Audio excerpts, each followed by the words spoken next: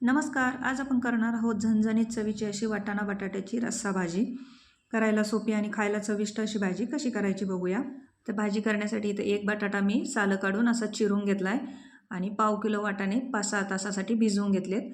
आता यातलं पाणी काढून वाटाणा धुवून घेऊ. बटाटा मी अगोदरच धुवून घेतलेला आहे. आता वाटाणा एका कुकरच्या डब्यामध्ये घेतला आहे, त्याच्यात बटाटा टाकून घेऊ आणि याला आपल्याला शिजण्यापुरतं पाणी टाकून घ्यायचं आहे. अर्धा ग्लास याच्यामध्ये पाणी टाकून घ्यायचं किंवा वाटाण्याच्या वरती थोडंसं येईल एवढं पाणी टाकून घ्यायचं याच्यामध्ये आणि थोडीशी हळद आणि थोडंसं मीठ याच्यात टाकायचं आहे आपल्याला. शिजताना थोडीशी हळद आणि मीठ घालून शिजवायचं म्हणजे चव छान येते आणि रंग पण छान येतो भाजीला. आता याला आपल्याला कुकरमध्ये ठेवून घ्यायचं आहे. आता एक कुकर घेतला इथे. कुकरमध्ये खाली पाणी टाकू आणि त्यामध्ये हा डब्बा ठेवून घेऊ. पण त्या अगोदर आपल्याला हे जे हळद आणि मीठ टाकलेलं आहे ते मिक्स करून घ्यायचं. नाहीतर कधी कधी हळद तशीच वरती राहून जाते, ती अजिबात मिक्स होत नाही शिजलं तरी वस्तू.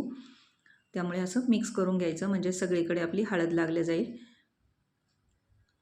आता याला कुकरच्या डब्यात ठेवू आणि झाकण लावून घेऊ आणि याला 3 शिट्ट्या करून घेऊ. 3 शिट्ट्यामध्ये छान शिजतात वाटाणे. आता याला झाकण लावून 3 शिट्ट्या करून घेऊ. आपला कुकर गॅसवर ठेवू. आता याच्या 3 शिट्ट्या होत आहेत. कुकर आपला थंड होईल तोपर्यंत आपण मसाल्याची तयारी करून घेऊ. आता मसाल्यामध्ये 1 टोमॅटो घेतला आहे, आलं घेतलं आहे, लसूण घेतला आहे आणि 2 चमचे किसलेलं खोबरं घेतलं आहे आणि 1 कांदा घेतला आहे मध्यम आकाराचा. हे आपल्याला कच्चंच वाटून घ्यायचं आहे. याला आपल्याला भाजायचं वगैरे नाही अजिबात. हे असं सगळंच आपण मिक्सरच्या भांड्यामध्ये टाकून घेऊ. कांदा, टोमॅटो, आलं, लसूण, खोबरं सगळं एकत्रच आपल्याला वाटून घ्यायचं आहे.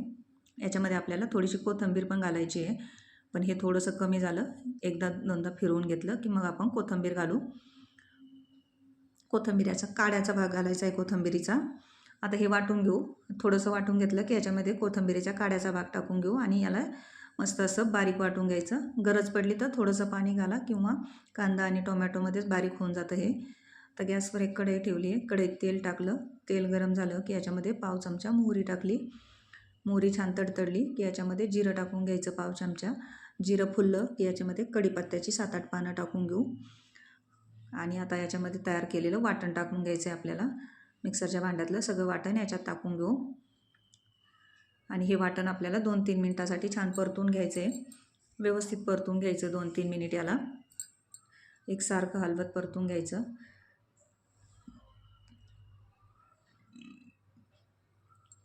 या पद्धतीने भाजी करून बघा, खूप छान लागते चवीला आणि खूप जास्त मसाले पण यासाठी आपण वापरणार नाही आहे. मसाल्यामध्ये फक्त 1/2 चमचा हळद घालू. आपण अगोदर पण हळद घातलेली आहे आणि 1.5 चमचा लाल मिरची पावडर घातली. तुम्ही तुमच्या आवडीनुसार कमी जास्त करू शकता आणि 1 चमचा कांदा लसूण मसाला घातला आहे. फक्त एवढेच मसाले घालायचे.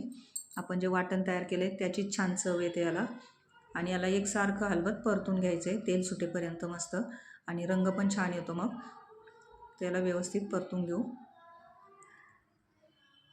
असं एकसारखं हलवत याला आणखी 2-3 मिनिट परतून घेऊ. आता इथे बऱ्यापैकी आपला मसाला परतला गेला आहे आणि तोपर्यंत आपल्या कुकर पण बऱ्यापैकी थंड झालेला आहे. थंड म्हणजे हवा निघालेली आहे, त्याची वाफ निघालेली आहे.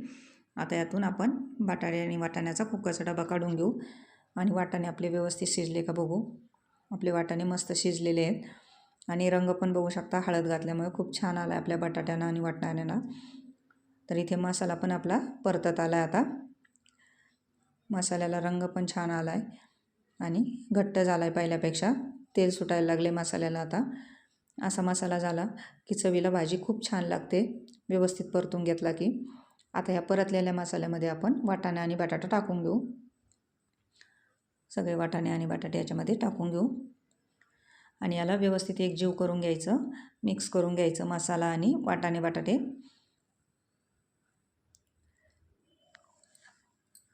सगळं एकजीव झालं की मग कसं घट्ट पातळ वाटतं आहे त्यानुसार तुम्ही थोडंसं पाणी वाढवू शकता किंवा तुम्हाला जास्त घट्ट पाहिजे असेल तर अशीच ठेवू शकता भाजी.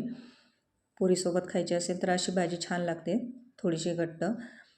किंवा तुम्हाला चपाती भाकरीसोबत खायची असेल तर त्याच्यामध्ये पाणी वाढवू शकता.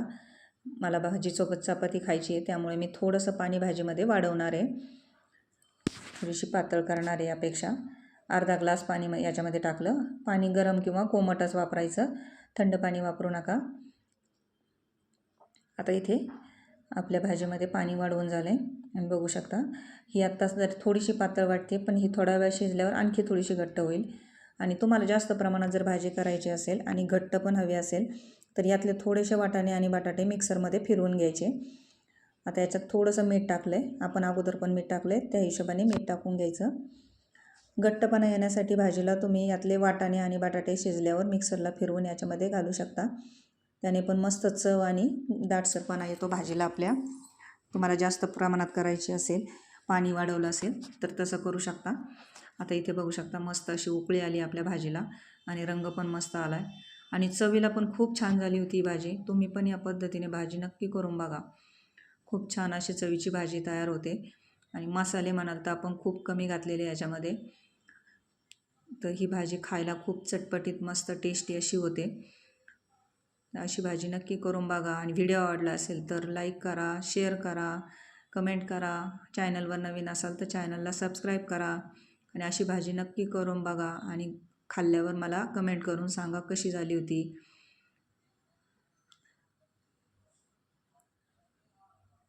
व्हिडिओ शेवटपर्यंत बघितल्याबद्दल सर्वांचे मनापासून धन्यवाद.